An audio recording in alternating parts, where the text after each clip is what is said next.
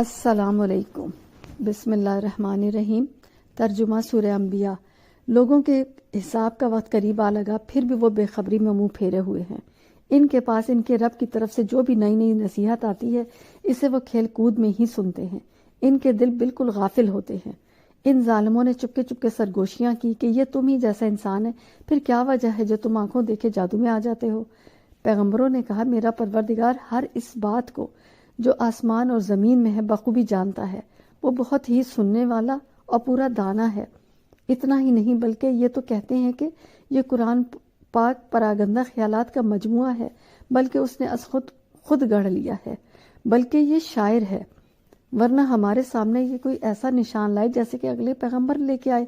ان سے پہلے جتنی بستیاں ہم نے اجاڑی سب ایمان سے خالی تھی، تو کیا اب یہ ایمان لائیں گے؟ قیامت قریب ہے۔ اللہ تعالیٰ لوگوں کو بتا رہا ہے قیامت قریب ہے، پھر بھی لوگوں کی غفلت میں کمی نہیں آئی اور نہ اس کے لیے کوئی تیاری کی جو انہیں کام آئے، بلکہ دنیا میں پھنسے ہوئے ہیں اور ایسے مشغول ہیں کہ قیامت سے بالکل غافل ہیں۔ آیت ہے اس کا ترجمہ، اللہ آ گیا ہے، اب کیوں جلدی مچا رہے ہو؟ دوسری آیت کا ترجمہ ہے، قیامت قریب آ گئی، چاند پھٹ گیا۔ اسی طرح موت کی چکی زور زور سے چل رہی ہے، لوگ غفلتوں میں پڑے ہوئے ہیں۔ حضرت عامر بن ربیعہ رضی اللہ عنہ کے ہاں ایک صاحب مہمان بن کر آئے۔ انہوں نے بڑے اکرام و احترام سے انہیں اپنے ہاں اتارا۔ ان کے بارے میں رسول اللہ صلی اللہ علیہ وآلہ وسلم سے بھی سفارش کی کہ ایک دن یہ بزرگ مہمان ان کے پاس آئے اور کہنے لگے، رسول اللہ صلی اللہ علیہ وآلہ وسلم نے مجھے فلاں وادی عطا فرما دی ہے، میں چاہتا ہوں کہ اس کا بہترین زمین کا ایک ٹکڑا آپ کے نام کر دوں، آپ کو بھی فارغ البالی رہے اور آپ کے بعد آپ کے بچے بھی آسودگی میں رہیں۔ حضرت عامر رضی اللہ عنہ نے جواب دیا کہ بھائی، مجھے اس کی کوئی ضرورت نہیں۔ آج ایک ایسی صورت نازل ہوئی ہے کہ ہمیں تو دنیا کڑوی معلوم ہونے لگی ہے۔ پھر آپ نے یہی تلاوت فرمائی۔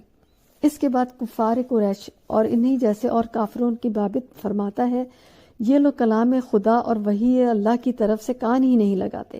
یہ تازہ اور نیا آیا ہوا ذکر دل لگا کر نہیں سنتے، اس کان سنتے اس کان اڑا دیتے ہیں۔ دل ہنسی کھیل میں مشغول ہے۔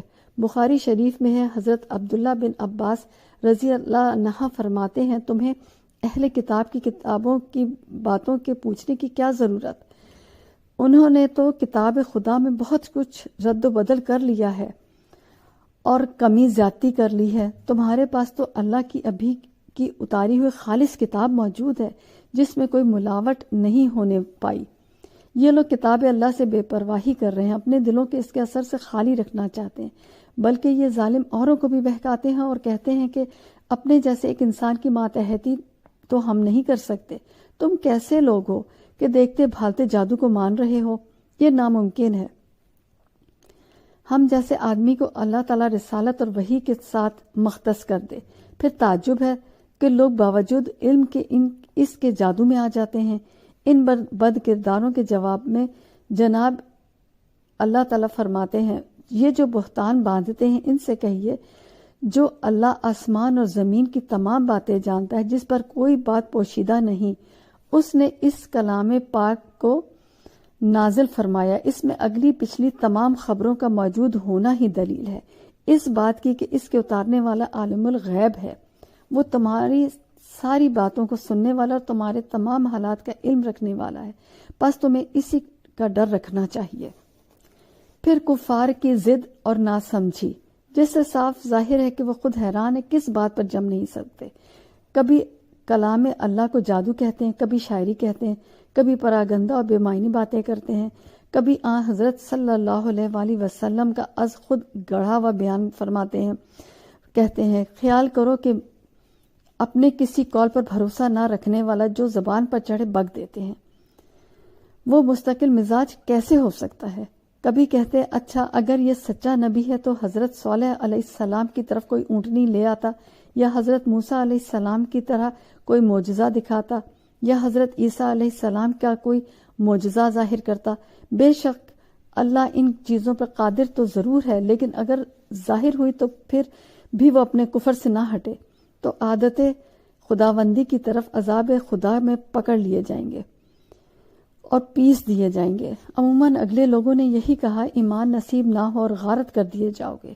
اسی طرح یہ بھی ایسے معجزہ طلب کر رہے ہیں، اگر ظاہر ہوئے تو ایمان نہ لائیں گے اور تباہ ہو جائیں گے، جیسے فرمان ہے جن پر تیرے رب کی بات ثابت ہو چکی ہے، وہ تو تمام تر معجزے دیکھ لیں، ایمان قبول نہ کریں گے۔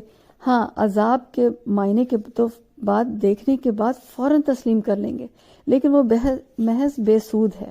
بات یہ بھی ہے کہ انہیں ایمان لانا ہی نہیں تھا، ورنہ حضور صلی اللہ علیہ وآلہ وسلم کے بے شمار معجزات اور روزمرہ ان کی نگاہوں کے سامنے تھے، بلکہ آپ کے یہ معجزے دیگر انبیاء علیہ السلام سے بہت زیادہ ظاہر اور کھلے ہوئے تھے۔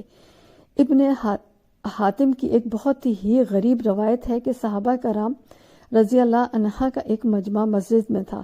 حضرت ابو بکر صدیق رضی اللہ عنہ تلاوت قرآن پاک کر رہے تھے، اتنے میں عبداللہ بن منافق آیا، اپنی گدی بچھا کر اپنے تکیہ لگا کر اپنی وجاہت میں بیٹھ گیا تھا، بھی گورا چٹا پڑھ کر فصاحت کے ساتھ باتیں بنانے والا۔ کہنے لگا، ابو بکر، تم حضور صلی اللہ علیہ وآلہ وسلم سے کہو کہ آپ کوئی نشانی ہمیں دکھائیں، جیسے کہ آپ سے پہلے کے انبیاء نشانات لائے تھے۔ مثلا موسیٰ علیہ السلام تختیاں لائے، داؤد علیہ السلام زبور لائے، صالح علیہ السلام اونٹنی لائے، عیسیٰ علیہ السلام انجیل لائے اور آسمانی دسترخوان۔ حضرت ابو بکر صدیق رضی اللہ عنہ یہ سن کر رونے لگے۔ اتنے میں حضور صلی اللہ علیہ وآلہ وسلم گھر سے نکلے تو آپ نے دوسرے صحابہ سے فرمایا، حضور صلی اللہ علیہ وآلہ وسلم کی تعظیم کے لیے کھڑے ہو جاؤ اور اس منافق کی فریاد رسالت تک پہنچا دو۔ آپ نے ارشاد فرمایا، سنو، میرے لیے کھڑے نہ ہو جایا کرو، صرف اللہ ہی کے لیے کھڑے ہوا کرو۔ صحابہ نے کہا، حضور صلی اللہ علیہ وآلہ وسلم، ہمیں اس منافق سے بڑی ایذا پہنچی ہے۔ آپ نے فرمایا، ابھی جبرائیل علیہ السلام میرے پاس آئے تھے اور مجھ سے فرمایا، باہر جاؤ اور لوگوں کے سامنے اپنے فضائل ظاہر کر دو، ان نعمتوں کا بیان کرو جو اللہ نے آپ کو عطا فرمائی ہے۔ میں ساری دنیا کی طرف سے رسول بنا کر بھیجا گیا ہوں، مجھے حکم ہوا ہے کہ میں جنات کو بھی پیغام میں اللہ پہنچا دوں۔ مجھے میرے رب نے اپنی پاک کتاب عطا فرمائی ہے، حالانکہ محض بے پڑھا ہوں، میرے تمام اگلے پچھلے گناہ معاف فرما دیے ہیں، میرا نام اذان میں رکھا ہے، میری مدد فرشتوں سے کرائی ہے، مجھے اپنی امداد و نصرت عطا فرمائی ہے، روب میرا میرے آگے آگے کر دیا ہے، مجھے حوض کوثر عطا کی ہے جو قیامت کے دن تمام حوضوں سے بڑا ہوگا، مجھے اللہ تعالیٰ نے مقام محمود کا وعدہ کیا ہے، اس وقت جبکہ سب لوگ حیران اور پریشان سر جھکائے ہوئے ہوں گے، مجھے اللہ نے اس سے پہلے گروہ میں چنا ہے جو لوگوں سے نکلے گا، میری شفاعت سے میری امت کے 70,000 شخص بغیر حساب کتاب کے جنت میں جائیں گے، مجھے غلبہ اور سلطنت عطا فرمائی ہے، مجھے جنت نعیم کا وہ بلند و اعلیٰ بالا خانہ ملے گا، اس سے اعلیٰ منزل کسی کی نہ ہوگی، میرے اوپر صرف وہ فرشتے ہوں گے جو اللہ تعالیٰ کے عرش کو اٹھائے ہوئے ہوں گے، میری اور میری امت کے لیے نعمتوں سے مالا مال حلال کر دیے جائیں گے، حالانکہ مجھ سے پہلے وہ کسی کے لیے حلال نہ کیے تھے۔ اللہ ہم سب کو ہدایت دے، آمین ثم آمین۔